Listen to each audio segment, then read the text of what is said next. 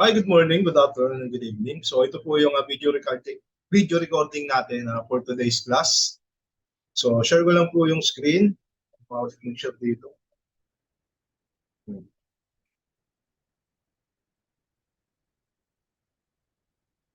Wala. Screen po.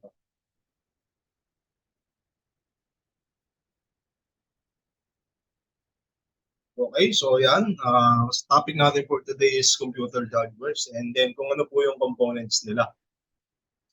Okay, so last time, diniscuss ko na sa inyo yung OHS policies and then yung mga safety measures kung paano nyo gamitin properly yung mga hand tools natin. And then syempre, at least alam nyo na rin i-identify yung mga hand tools na present ko sa inyo nung last time. Okay, so ngayon, computer hardware naman tayo. Ano ba yung makikita natin? Kailangan maging familiar tayo, hindi lang familiar. Kailangan at least dapat kabisado natin kung ano ba yung mga parts, internal parts man yan or external parts ng isang desktop computer. Okay? So, syempre, sa umpisa, meron po tayong tinatawag na system unit. So, yung iba siguro sa inyo, ang alam na tawag dito is CPU. Kagaya niyan. So, yung CPU po, hindi po yan tawag na CPU. Pag sinabi po natin CPU, ang meaning po noon, Central Processing Unit, yun po yung pinaka-brain ng computer, yung nakalagay dito. So, pag ito po, nakita nyo, isang buo yan, system unit po ang tawag natin dyan. So, the system unit, also known as a tower or chassis, contains the main components of a desktop computer. It includes the motherboard, CPU, RAM, and other components. The case that houses this component is also part of the system unit. So yan, dyan po nakalagay sa kanya yung mga internal parts o yung mga components, kagaya ng CPU, RAM, and other components. Okay, next. So sa CPU, syempre makikita natin meron yung front panel, back panel, and then syempre yung side. So may front, back, and side din siya. So start tayo sa front panel. Ano po ba yung usually or common na nakikita natin sa harap ng computer system unit? Okay, so syempre ayan, yung number 1 natin, ito USB port. So ito po siya. So dyan po tayo nagsasaksak ng USB port yung mga removable devices natin. Okay, mga storage devices. And then number 2 naman, audio port, ito. Yan, para sa sounds and mic. Yan, green for speaker and then pink naman para sa mic. Color-coded naman siya. 3 drive base siya na 5.25 inches. So, para saan po ba siya? Asan ba yung number 3? Ito yon. So, yan. Kagaya nito, itong sample unit na to, meron siyang tatlong 5.25 na drive bay. Yan, nakikita niyo. May cover siya. So, dyan po nilalagay yung mga optical disk drives. So, yun po yung sinasaksakan natin ng mga CD. DVD. So siguro ngayon hindi nyo na nakikita yon kasi ang gamit na kasi natin for removable storage is yung mga USB na. So siguro wala na tayong nakikita ang mga ganun drive B. Pero as of now, sa mga casing, mga tower type casing na makikita nyo ngayon, meron pa rin kayong makikita sa taas na 5.25 na drive bay. In case lang na may gumagamit pa. Sa mga hospital kasi ginagamit pa yan. Diyan na sila nagre-record ng mga history ng patient nila. Okay? So next, number 4, ito naman sa baba, 3.5 for floppy drive. Ito, lalo na to, wala na tayong makikita ang ganito. Pero siguro yung mga bagong casing ngayon, wala na rin ito. Dito naman nilalagay natin yung floppy drive. Siguro hindi na po siya naabutan kahit ako. Yung diskette naman yung nilalagay sa kanya. So kung mapapansin nyo, yung for optical disk drive sa for floppy drive, ano lang siya, may cover lang siya. Anytime pwede nyo siyang tanggalin kung meron na kayong ilalagay na components sa loob. Kung meron na kayong ODD, yung optical disk drive, or kung gusto nyo pa rin lagyan ng floppy disk drive. So, yan. Yan po siya nilalagay. And then, number 5 natin, ito, switches, button, power, and reset button. So, yan. Minsan, hindi pare-pareho yung pwesto. Minsan, nandito, nandyan, nasa gitna, or nasa baba. Basta pag may nakita kayong button, dalawa lang naman siya. Isang power button sa power on ng computer, and then yung reset button. Ginagamit natin syempre yung reset button pag nag-hang na yung computer ayaw na mag-response, doon na natin siya ginagawa. So yung re-reset. Okay? So green and red naman yung ilaw niya. Okay? So number 6, itong cover na yan, side cover. So detachable po siya, natatanggal, hindi po siya nakapix dyan. So para ma-access din natin yung loob ng ating computer system unit o yung casing natin. Okay? And then number 7, yung LED indicator. So yan, ito pala yung ilaw niya. So minsan yung ilaw niya nandun na mismo sa power button and reset button. Minsan naman nakaiwalay. Depende sa design ng casing. Okay, so yan. Yan po yun. Okay, so next naman po tayo sa back panel naman. So ito po yung mga common na makikita natin sa back panel. So ayan, itong pinakataas. So power supply, cooling fan. So yan. Meron siyang, pag sinabi natin cooling fan, ang hangin yan papasok dun sa power supply. Yung power supply natin yung buo, pagdating kasi sa back panel, ito lang yung makikita mo. Okay, so pero pag tinignan mo na yan sa loob, makikita mo na yung totoong itsura niya. So sa likod, ganito yung appearance niya. Okay, so yan po yung power supply natin. And then power connector, dito po natin sinasaksak yung mga AC cable natin. Papunta doon sa convenient outlet. Okay, so now ito naman yung PS2 keyboard connector. Ayan. So siguro sa mga bagong board ngayon, wala na, baka hindi nyo na makita to, PS2. Ang meaning naman ng PS, hindi po yung PlayStation, personal system po. So meron po yung mga acronyms na ibibigay ko sa inyo later on sa mga susunod na topic natin. So yan, yung itong parang violet is for keyboard and then ito naman yung green is for mouse. Ayan, ito pala. PS2 mouse connector and then itong violet is PS2 keyboard connector. Yung mga ibang model, magkasama na siya, isang PS2 keyboard na lang, ano na siya, mouse and keyboard. Okay? So yan, ito naman, serial, comfort. Ito, luma na to, hindi ko na siya inabutan. Ginagamit yata siya dati sa mga lumang serial mouse. So, wala na rin tayong makikita, baka wala na rin to. And then pati itong parallel port. So ito naman, ginagamit dito is yung mga dot matrix na printer. So kung ano yung dot matrix, yun po yung maingay na print, lalo na sa cashier. Yung mga, pag nagpe-print, yung cashier natin may naririnig ko na parang nag-beep. So yun, printer po yun, dot matrix printer. Dito po siya kinokonek. Yan. Lumang printer na rin po yun. Okay? And then ito, makalimutan, thumb screw. So yan, kaya siya tinawag na thumb screw kasi pwede mo siyang i-unscrew and screw gamit lang yung fingers or yung thumb natin. Okay, pwede mo siyang mahawakan para maikot mo. And then next natin is ito, VGA port. So dito naman nilalabas yung mga sinasaksak yung monitor natin. Yung VGA port pa yung connection niya from board to monitor. So yan, dyan po naglalabas ng display yung computer natin. And then next, ito naman is yung ating USB ports. So meron sa harap, syempre meron din sa likod. So kaya madami yan kasi ang ginagamit na talaga nating storage ngayon na removable is puro naka-USB na. Kahit yung mouse sa keyboard natin is naka-USB na. Kaya much better kung maraming USB ports. Kasi ang dami sinasaksak, pati mga webcam, naka-USB ports na rin. So yan, dyan po, sinasaksak. And then ito naman katabi niya is, may speed pa, Ethernet LAN port. So dito, sinasaksak naman natin yung mga cable natin. Kung i-connect ba natin yung computer natin sa network and sa internet. Okay, so ito, nalagpasan natin. Case cooling fan naman to. So minsan, may mga butas siya, may mga vents. Nilalagyan to ng, meron sa loob nito na fan din. Okay, so yung hangin niya, papasok din. Pwede rin palabas. Pag palabas kasi, kaya merong mga fan yung ating CSU or computer system units para yung flow ng init niya hindi lang mag-i-stay doon sa loob.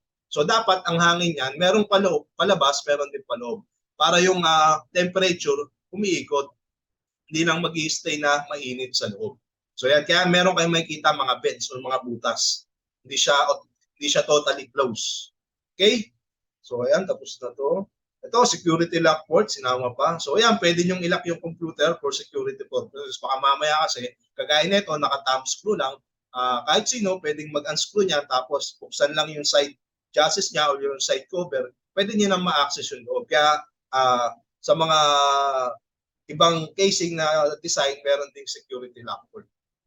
Okay? So ito naman, yan, pink microphone jack sa likod, audio jack out, yung kulay green, and then yung line-in jack natin. So usually, ang ginagamit lang naman natin dito is yung audio and microphone jack lang naman for speakers and mic. Actually, hindi ko pa rin ginamit to until now. Saka, ewan ko kung para saan talaga siya. Okay? So, and then, ito naman yung ating expansion slots. Okay? So, ayan, marami yan. Bali, itong nandito is 1, 2, 3, 4, 4. So, depende po sa design ng casing kung ilan po yung nakalagay sa kanya. Dito po tayo, dito po nilalagay or ilalabas yung port. For example, magdadagdag ka ng video card, dito nyo po siya makikita sa likod. Okay, pwede ring network card or audio cards. So, usually ang nilalagay na lang naman dito ngayon for now is puro mga video cards na lang. Okay? Tapos ito naman, modem ports, ayan, expansion cards naman to. Actually, wala na tayong, ano nito, wala na akong mapapakita sa inyong actual na ganito. So, phased out na siya. Meron pa naman siguro, pero sa tingin ko wala na halos na gumagamit. Kasi ito na lang naman yan eh. Same lang ng purpose sa kanya. Ethernet lang naman. Okay, then again, thumb screw. Okay, next, punta naman po tayo sa, ayan.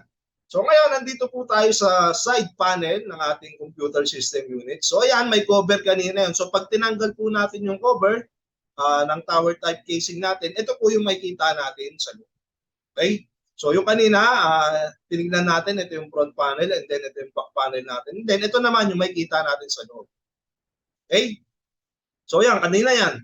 Kanina yung example natin is itong power supply na to, 750 watts power supply, nasa baba siya. So ibang ano to, ibang design ng model ko ng computer system unit ng casing, I mean. So kanina kasi na ang power supply nito is nasa taas. So yan, depende po sa design kung saan nakapwesto. Usually nasa taas, pero yung mga bago ngayon, nasa baba na talaga nakalagay. Okay, so yan, unahin ko lang to, 750 watts na power supply. Okay? And then, ito yung PCI slots niya. So, dito, ayan, kagaya niyan. Tapos, meron din tayong PCI Express na by 16 slot. And then, meron din yung maliit na yan, PCI Express na times 1 slot. So, dito sa X16, dito natin sinasaksak yung ating mga video card. So, ayan. Tapos, lalabas siya dun sa back panel. Okay? So, yung gaya nga nasabi ko sa inyo kanina, ang nilalagay na lang natin sa ating expansion slot ay video card na lang. Okay? Okay. Tapos, ayan, meron din tayo na Radeon na, ayan, nakalagay din yung video card. So, dalawa yan. Dalawa kasing PCIe Express siya. Ito yung isa bakante, and then ito rin yung isa. Mapapansin nyo nandito. So, ayan, may nakalagay siya na video card. Okay? So, ayan, ayan din. Ito naman times 1 din. So, dalawa. Okay, next, ito naman, medyo advanced pala yung nakalagay dito na casing. So kanina wala to, liquid coolant pump radiator. So kanina nakalagay lang kasi dito is yung pan lang. So ito kasi medyo bagong model, meron na siyang liquid coolant radiator na, parang motor na. Ito kasi makikita nyo yung cooling pan niya, liquid cooling na. Hindi na siya yung pan lang, CPU cooling pan na normal. So pag ganito, medyo pricey na. Pero yung mga gagamitin naman natin sa actual, yung typical lang, yung common lang. CPU cooling pan lang siya. Kaya kagaya nito, liquid cooling, cold plate na. Okay? So dito kaya maganda, kaya nilalagyan siya ng mga cooling devices, gaya ng cooling pump at saka kagaya nitong cooling may radiator kasi si CPU yung pinakamabilis mag-init. Okay? So kailangan ma-maintain yung temperature na hindi siya lumagpas dun sa exceed na temperature na kaya niya lang. Kaya nilalagyan siya ng cooling system. Okay? Next, ito naman, part ito ng motherboard may 16 gig. So, 4 na 4 gig na DDR3 memory. Okay, so may nakasaksak sa kanya na RAM or yung random access memory natin. Yan, 4 yun nasa kanya. Okay, makikita niya naman yung actual kapag hands-on na tayo. And then, kagaya kanina, yung ating drive base, ito naman yung gilid niya. Kagaya nito, may nakalagay sa loob, sa gitna niya nilagay, yung ODD natin or yung optical disk drive. And then, ito pinagsama na pwedeng ilagay ng 3.5 at saka 2.5 drive bay. Okay? Yan. And then, ito naman yung ating 2.5 drive bay para sa floppy disk natin. And then, ito naman 3.5 sa hard disk naman to.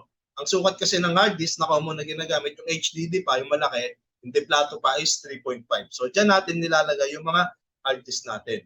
Ayan. So, ito, kagaya niyan, meron siyang hard drive na 1 terabyte. So, yun. Next. Ayan. Ayan naman po yung itsura ng ating motherboard. Balikan na lang, may klase lang ako. Sige. Ito yung example natin ng mga motherboard. So, yan, different types. Okay, so so naputol ako kanina. So share ko lang, doon na po tayo sa dito na po tayo sa internal parts. o yung loob ng ating computer system units. So first, kailangan natin, yung pinaka-importante is yung ating CPU or yung processor na tinatawag. So meaning po ng ating CPU is Central Processing Unit. So sa CPU naman po, dalawang company or dalawang manufacturer lang po yung gumagawa. Yan. Okay? So buong mundo. So meron po tayong tinatawag na AMD and then Intel. Ito, yung Core i na Intel yung gumagawa nito. So dalawa lang po sila gumagawa ng CPU. Okay? So kaya mapapansin nyo, dalawa lang pagpipiliin nyo na processor, pero marami naman pagdating sa mga motherboard and then yung mga ibang internal components ng computer. Okay? So, basta tandaan nyo, the two main manufacturers ng CPU is AMD and Intel. Okay? So, ano ba yung CPU natin? So, yeah, what is processing devices? So, processing devices are the components responsible for the processing of information within the computer system. This includes devices such as the CPU, memory, and motherboard. Storage devices are components which allow data to be stored within a computer system. Okay? So si CPU, siya po yung pinaka-brain ng computer.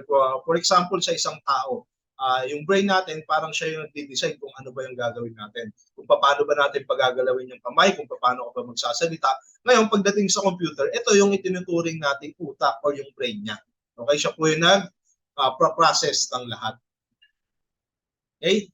So yan, a central processing unit is the component in a digital computer that interprets computer program instruction and processes data. Ayan, there are two major CPU manufacturers for personal computer. Ito nga po yung Intel and AMD. Okay? So yan, ito po yung Intel CPU timeline natin. So ito po yung pinaka-first siguro since 1971. Ito pa po yung CPU dati, yung taon na to. So 8 bits pa lang siya na architecture. Ngayon, 2020, hindi na na-update. So 32 and 64 bits na architecture. Tapos ganito na yung itsura niya. So yan, over the time, syempre, pabilis yung pag-upgrade ng technology natin. So ngayon, punta naman tayo kay AMD, CPU timeline niya. So balikan natin, nag-start si Intel ng 1971. Now, si AMD naman, yan, sumali na rin siya noong 1975. Ayan. Okay? Sa 2019, Ryzen na. So, kung makikita nyo ngayon, kung babala kayo or tumitingin ng mga specs, yan, makikita nyo Ryzen 5, Ryzen 7, tapos sa ano naman, ang katapat naman niya kay Intel, yan, i9, i5, i3, i5, and then yung i9. Okay, so yan po, silang dalawa lang po. Pwede nyo pagpilian pagdating sa CPU o yung processor. Okay, now, yung RAM naman natin, random access memory, this has become a generic term for any semiconductor memory that can be written to, as well as read from, in contrast to ROM. Yan. We can only be read all semiconductor memory, not just RAM, has the property of random access. Okay, si RAM naman, ginagamit natin siya para mag-process or mag-store ng data. Kaya lang hindi siya permanently may store. So may store lang yung data sa kanya kapag ginagamit natin siya. For example, nagbukas ka ng Microsoft Word na nakasave sa computer mo. Now, pag in-open mo yun or pag in-execute, may kita mo kung anong laman doon. Ngayon, ang gumaganang storage doon is yung RAM. Okay? Kung gaano kalaki yung RAM mo, ganun kadami yung pwede mong buksan na software ng sabay-sabay. Okay? So tapos pag sinave mo siya, for example, tapos ka na mag-edit dun sa documents na binuksan mo, pag sinave mo na siya, automatic permanent storage device niya or kung saan siya pupunta, mawawala na siya sa RAM. Pupunta na siya doon kay hard disk drive, dun sa secondary storage devices natin. Okay, doon permanent, kung paano mo siya iniwan nung huli, yun yung makikita mo. Okay? Next, ito naman yung types of RAM natin. Ayan. So ngayon, hindi nyo na makikita yung mga ganito. Dito na tayo, DDR4. So ito na yung halos makikita nyo ngayon. Baka yung DDR1, 2, and 3. 1 and 2, totally phase out na. Wala nang bago yan. DDR3, parang wala na rin. DDR4 na lang makikita nyo. And then yung latest ngayon is DDR5. Okay, so sa motherboard naman, a printed circuit board containing the principal components of a computer or other device with connectors into which other circuit boards can be slotted. So si motherboard, siya naman yung pinaka parang backbone ng computer natin. Di ba sa tao, may tinatawag tayong backbone, yun nandito sa likod natin. Ngayon, pagdating sa computer, ito yung parang pinaka-backbone. Kasi dyan natin kinakabit lahat ng mga internal components like CPU, memory, video card, and etc. Okay? So, dito naman tayo sa mga data cables. So, ito po, SATA cable, serial advanced. Kalimutan ko yung meaning, mamaya tignan natin. So, yung SATA cable, ito po yung pag sinabi natin data cable, so dito po dumadaan yung pag-transfer ng data natin. So dun sa, for example, itong SATA cable natin, kinakabit natin sa mga SATA type na hard disk drive or SSD. Ayan. Ito naman yung IDE cable, malamang hindi nyo na makikita to. Ito yung lumang version ni SATA. Okay, sa mga IDE types. And then ito naman, FDD cable, halos same siya ng itsura kay IDE. Kaya lang ito, ginagamit lang for floppy disk drive. Kaya siya FDD, floppy disk drive. Ito naman, IDE, Integrated Drive Electronics, yung mga lumang hard disk type pa na ginagamit. Now, siguro yung pinaka-common ngayon kasi mas mura, yung mga hard disk, kaya compare mo dun sa SSD, ito yung ginagamit natin, pang data transfer. Okay? Okay, so dito naman po tayo sa storage device. So ayan, meron tayong hard disk drive. So yun po yung storage device natin. Hard drive or fixed disk in electronic mechanical data storage device that stores and retrieves digital data using magnetic storage and one or more rigid rapidly rotating platters coated with magnetic material. So yun po yung loob ng ating hard disk drive. And then, ito naman yung SSD natin. Ito na kasi yung bago ngayon. Mas mabilis to gamitin compare sa HDD. Ito naman, solid state drive is a new generation of storage device used in computers. SSDs replace traditional mechanical hard disk drive by using flash-based memory, which is significantly faster. Older hard disk drive storage technologies run slower, which often makes your computer run slower than it should. Okay? So, mas maganda, syempre, kung naka-SSD ka na. Lalo na yung mga OS ngayon, Windows 10, kapag Windows 10 na gagamitin mo, hindi ka pwedeng gumamit ng HDD lang. Dapat SSD na yung storage na ginagamit mo. Okay, so ayan, ito po yung itsura ng ating SSD, storage, different type. So ito, pinaka-common yung siguro makikita yung ganito, na square type pa, kasukat siya nung hard disk ng laptop. Ayan, kagaya yan. Tapos ito naman, yung parang memory card na, excuse, yung mga yan, NVMe na tawag dyan. So, rekta na siya sa motherboard, hindi na siya sinasaksakan ng SATA cable sa power. Mas mabilis to. Kaya nga lang, mas mahal yung presyo.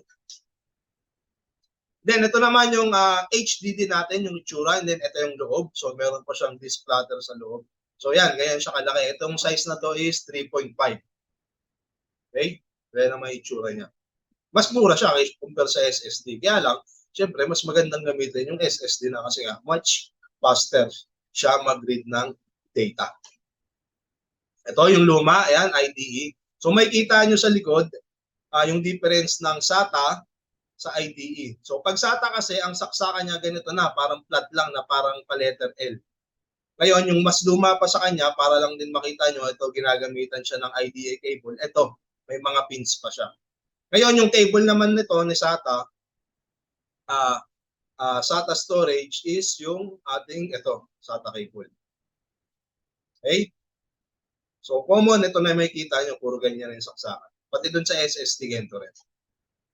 Ayan. Ito, hindi nyo na makikita ito. Wala nang gumagamit nito ngayon.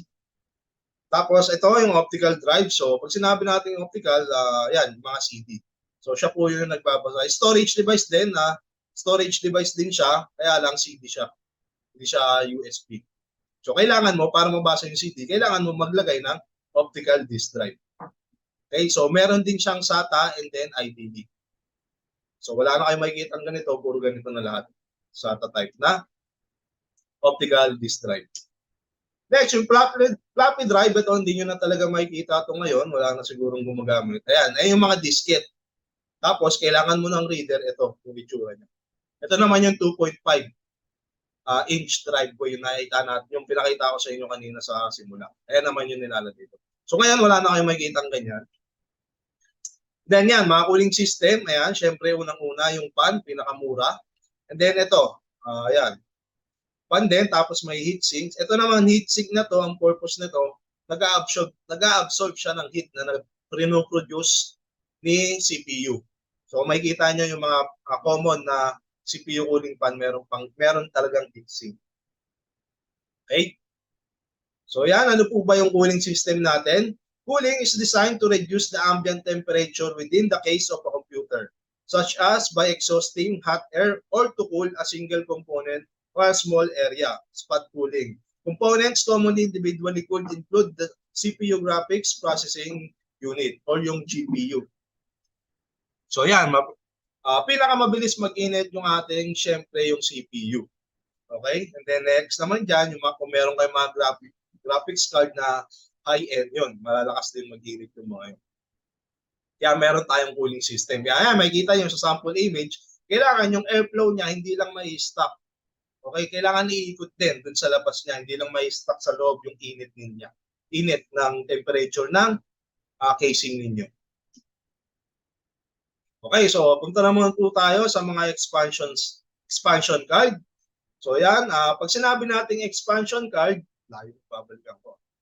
Okay, so expansion card, kagaya na to, like for example ito, meron tayong GPU or video card. So yan. So doon po natin siya pinipesto sa mga PCI slot. Kanina, kung maalala nyo kanina sa unang slides nito, meron tong area sa motherboard na doon sa casing kung saan natin dapat siya nilalagay. So yan, parang isasaksak lang natin siya, and then ito yung magiging back panel niya. Saksakan yan, pwede siyang HDMI, yan, and then VGA. Okay, depende. Yan. Meron ding expansion card kasi kaya siya tinawag na expansion card. Doon po natin siya sinasaksak doon sa mga PCI slot natin. Doon sa motherboard. Yan. Ito, pwede tayong, gaya nito, para siyang network, Wi-Fi. Wala, hindi masabi. So yung Wi-Fi, for example, yung PC natin, lalo na pag desktop, karamihan dyan, wala siyang built-in na Wi-Fi capability. So, pwede natin siya nagyan ng expansion card na ganito, or meron din naman nabibili na USB lang. Mas mura yon. Okay, so yan. Ito naman, yung mga old na expansion card. No? Kagaya nito, audio card to. Tapos yan, meron mga NIC card. Yan, mga luma na to, wala naman na kayo sigurong, di na siguro to ginagamit sa ngayon. Okay, now, example naman ng power supply natin. Yan, mga yan. So yan, makikita nyo, ito pareho tong dalawa, tapos iba rin ito. Okay, semi-modular, tapos ito modular. Okay, so sa next slide, makikita nyo kung ano ba ang definition ng PSU. Yung PSU is a power supply unit. Okay, power supply unit natin yan. Converts main AC to low voltage regulated DC power for the internal components of a computer. Okay, so siya po, si power supply yung pinanggagalingan ng kuryente ng computer natin. Okay, siya po yung nagko-convert. Siyempre yung kuryente is from AC to DC. Okay, so yun. Siya po yung supply ng kuryente para po gumana or magkaroon ng power yung ating computer. Still good. Types of power supply, yun. Meron. Oo, mimit ko lang kayo kasi nga yung iba hindi pa nagre-response dun sa binigay kong link. Bababayin ko na lang kayo. Nagre-record ako. Ito yung papanoorin ko sa inyo, ma'am. Sige na. Ano oras na ba? Stress na pala, no? Sige, tambay na muna kayo doon. Bababayin ko kayo tapos. Tanong mo kung anong oras siya. Dito na lang. Basta doon muna kayo. Tatapusin ko lang to. Malapit na. Sige na. Okay, so ito po yung ating types of power supply. Meron tayong 80 and 80X. So yung 80 meaning is advanced technology, and then yung 80X, advanced technology extended. So ito how a power supply works. The PSU converts AC from your home outlet into DC which your computers needs to run. It adjusts the supplied voltage to the levels needed.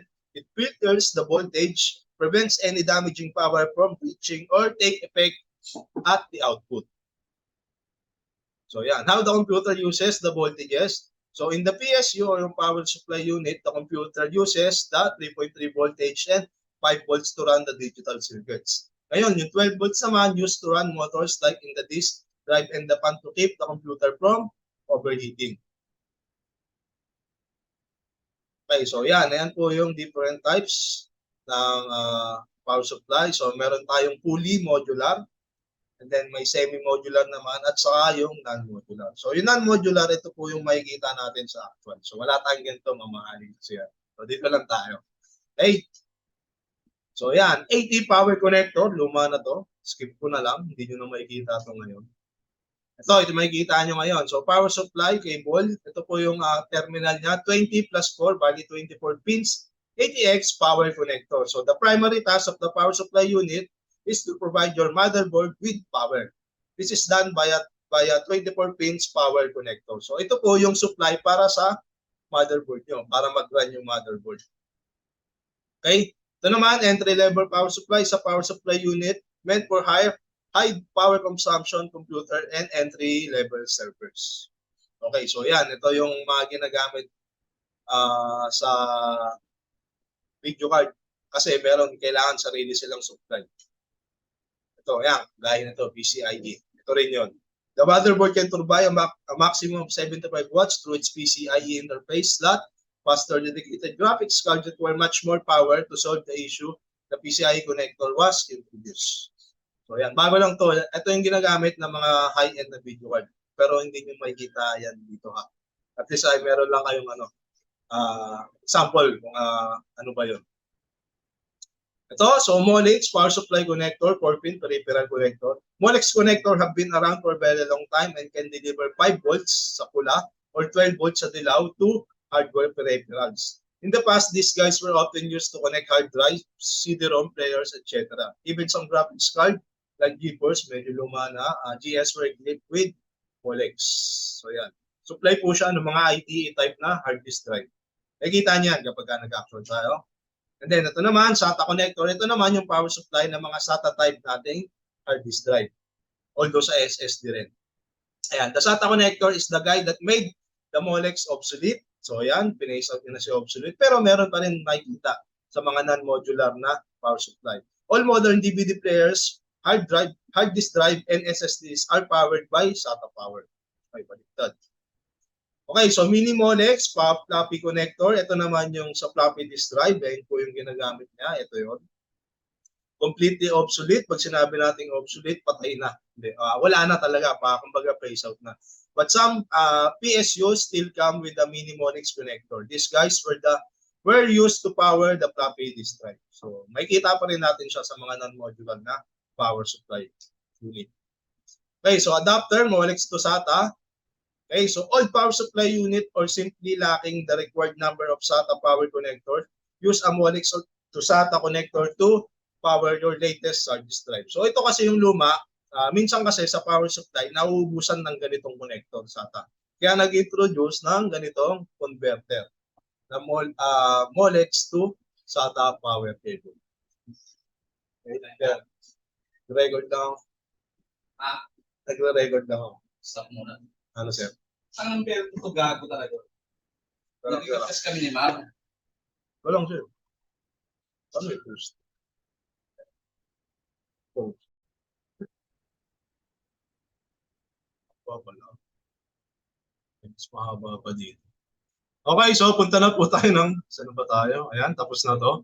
Punta na po tayo ng monitor. So ayan, meron tayong LCD and yung CRT. Okay, yung CRT, yung mga luma na monitor. Uba, wala na kayong makikita niya ngayon. Puro flat screen na. So syempre, monitor is a piece of electrical equipment which display text and images. It generated a temporary record because the record disappear when power off. These are two major types of monitors, cathode ray tube, yung CRT, and then yung LCD natin, liquid crystal display. So yung bago ngayon, LED na. LED na yung tinatawag natin doon. Okay, so sa keyboard and mouse naman, ayan. So alam nyo na yan. Siyempre, keyboard and mouse. Di ko na-explain kung para saan. And then, ito naman, AVR. So an electronic circuit used to maintain a level amount of voltage in an electrical line. It eliminates power surges, spikes, and brownouts, which can cause harm to sensitive electronics. So mas maganda kung yung ating desktop computer is meron nito para pag nag-fluctuate yung kuryente, hindi agad maapektuhan yung mga computer natin. So siya muna yung unang masisira. Then ito naman yung surge protector, UPS. So para rin siyang ABR. Ang kagandahan lang, ang kinaibahan niya lang is meron na siyang baterya. So for example, pag UPS naman, hindi ko na babasahin. Pag UPS naman ang ginagamit natin, imbis na ABR, once na nag-brown out, yung computer mo hindi siya automatic magpa-power off din or bigla na lang mawawala. Meron siyang amount of time na pwede pang mag-run yung computer mo until maubos yung baterya, yung load ng baterya niya. Parang power bank lang. Okay, hindi ko na binasa, basahin nyo na lang. UPS is uninterruptible power supply. Okay, so yun. So yun, that's it for today video discussion. So kaya ako na-record kasi para hindi na ako mahirapan. Mamaya may kalaban kasi ako sa projector. Kaya ni-record ko na lang. Tapos panoorin nyo na lang ito ngayong araw. Lalagay ko na lang po ito sa ating Google Classroom. And then yung quiz, meron ding after quiz nito, i-upload ko na lang din. I-upload ko na lang din dun sa ating Google Classroom. Okay? So that's it for now. Okay? So yung mga hindi pa enrolled, announcement pala, yung mga hindi pa enrolled dyan, until September 15 na lang po yung enrolled. Alam naman yun. Okay? So hanggang dito na lang. Bye!